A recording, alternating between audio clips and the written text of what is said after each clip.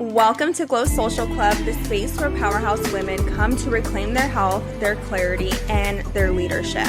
I'm Jasmine Corona, functional nutritional practitioner and founder of Organically Glow and Glow Social Club. Around here, we don't do one-size-fits-all advice. We translate symptoms into strategy and build the kind of structure that actually sustains you.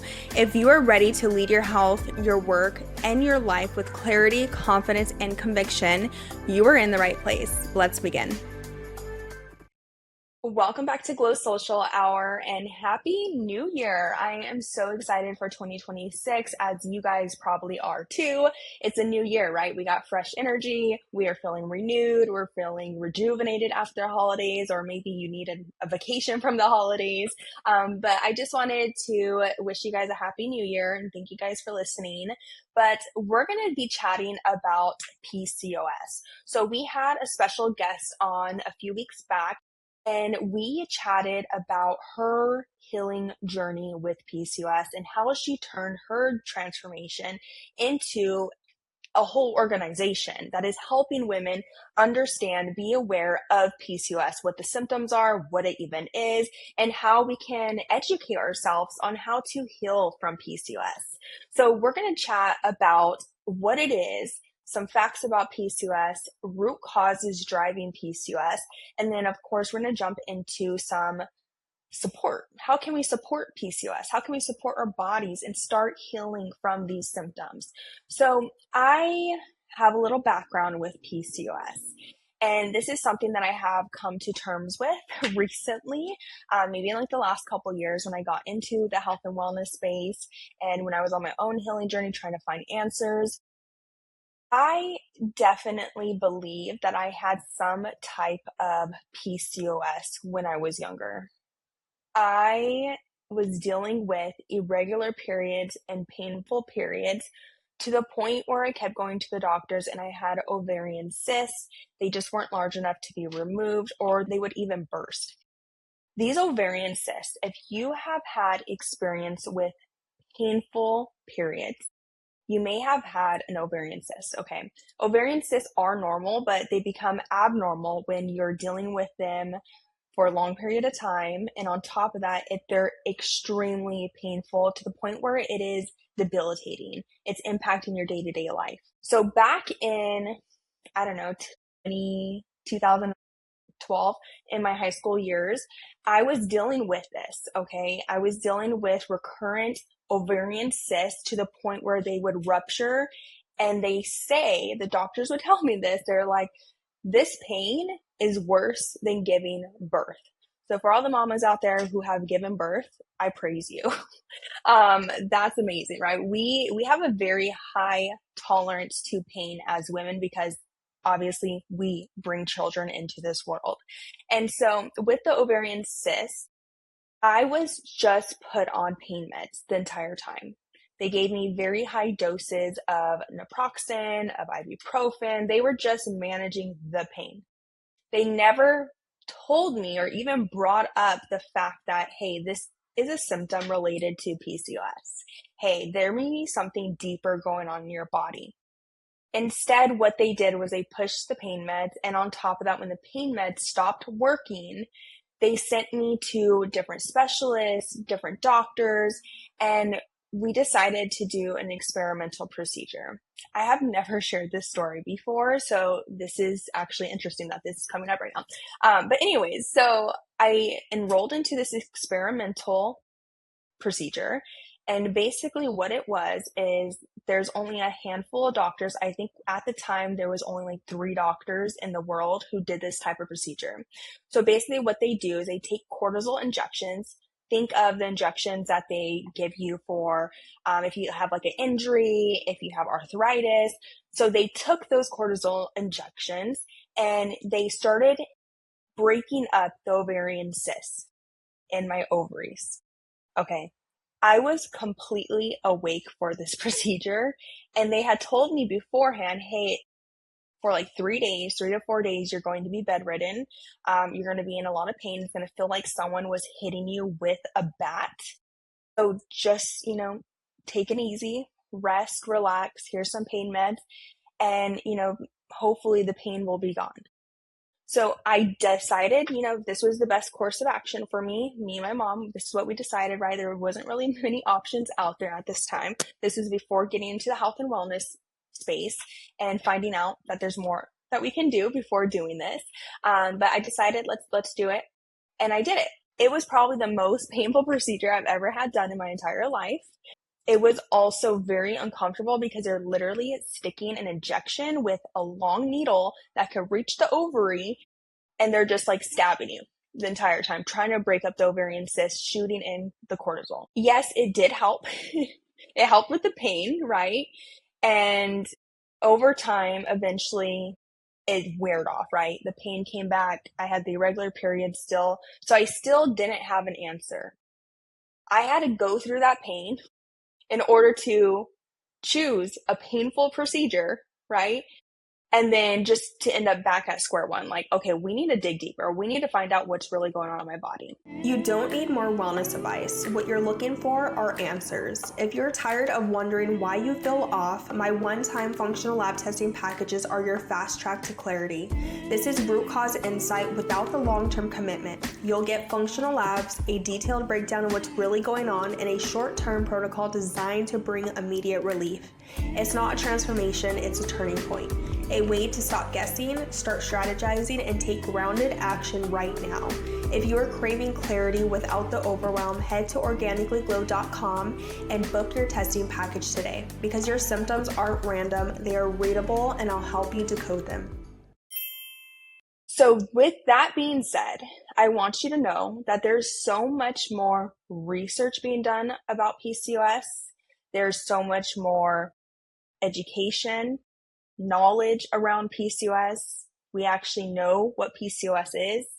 We are trying to bring this awareness to women around the world.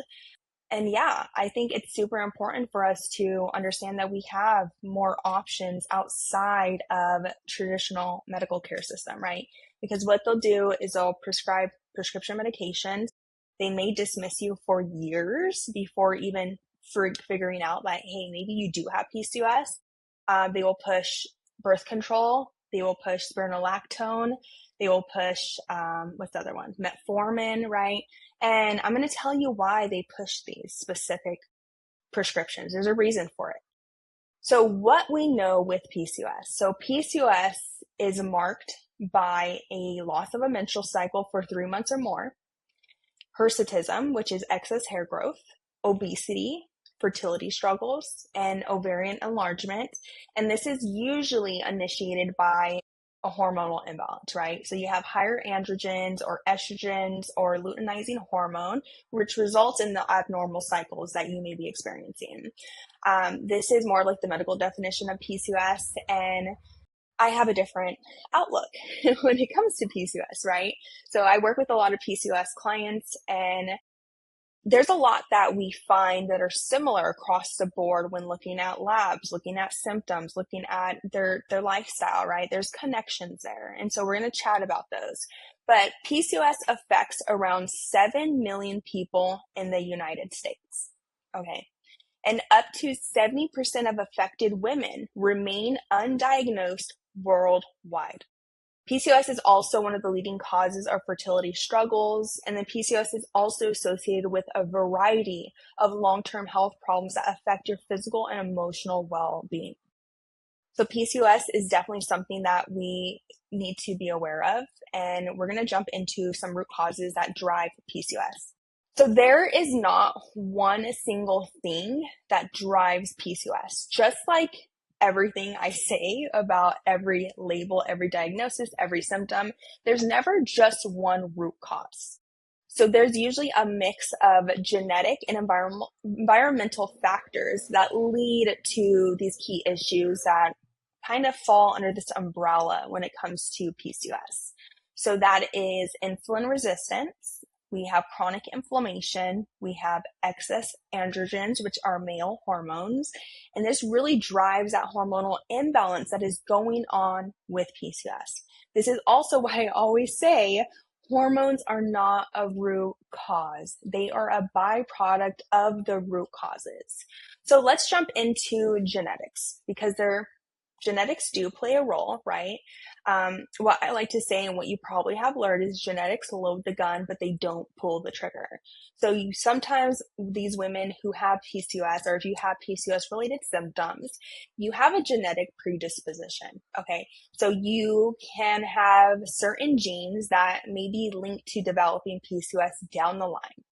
But we also want to dive deeper into, okay, well, what is driving these genes, right? Because we all have a set of genes, but there's certain things that can change how these genes express. So they can turn on, they can turn off, right?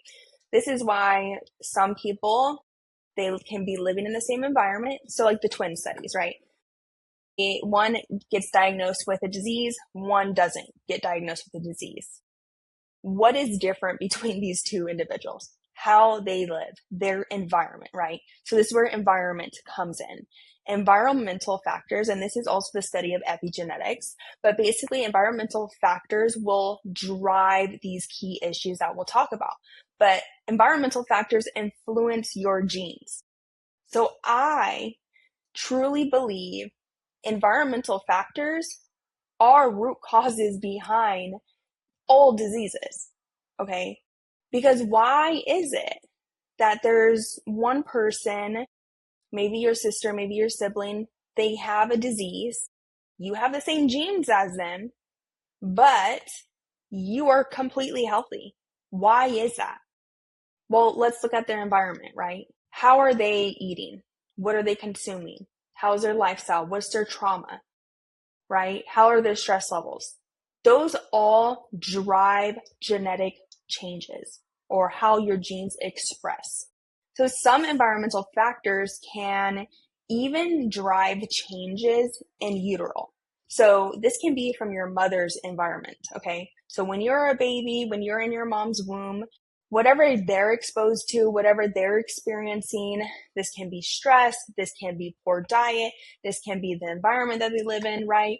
These can influence your environment, right? This can really influence your health from birth. So that is what I really want to let you know is just because you have genes that put you at a higher risk to developing a certain condition, disease, symptoms, doesn't automatically mean you are going to have those symptoms, diseases, or conditions.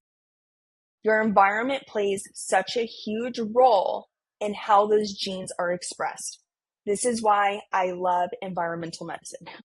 This is why I love functional medicine, because this is really what we focus in on. This is something that doctors have not been trained on yet. Again, the medical system is like 10, 15 years behind what everyone else is currently doing. And that's just because it's a very big corporate business, right? Takes time for change to catch up with the actual data that's coming out now. So let's jump into these factors here. You lead teams, households, businesses, but no one taught you how to lead your health. Most wellness advice wasn't built for women like you, high functioning, chronically fatigued, done with surface level fixes that don't actually work.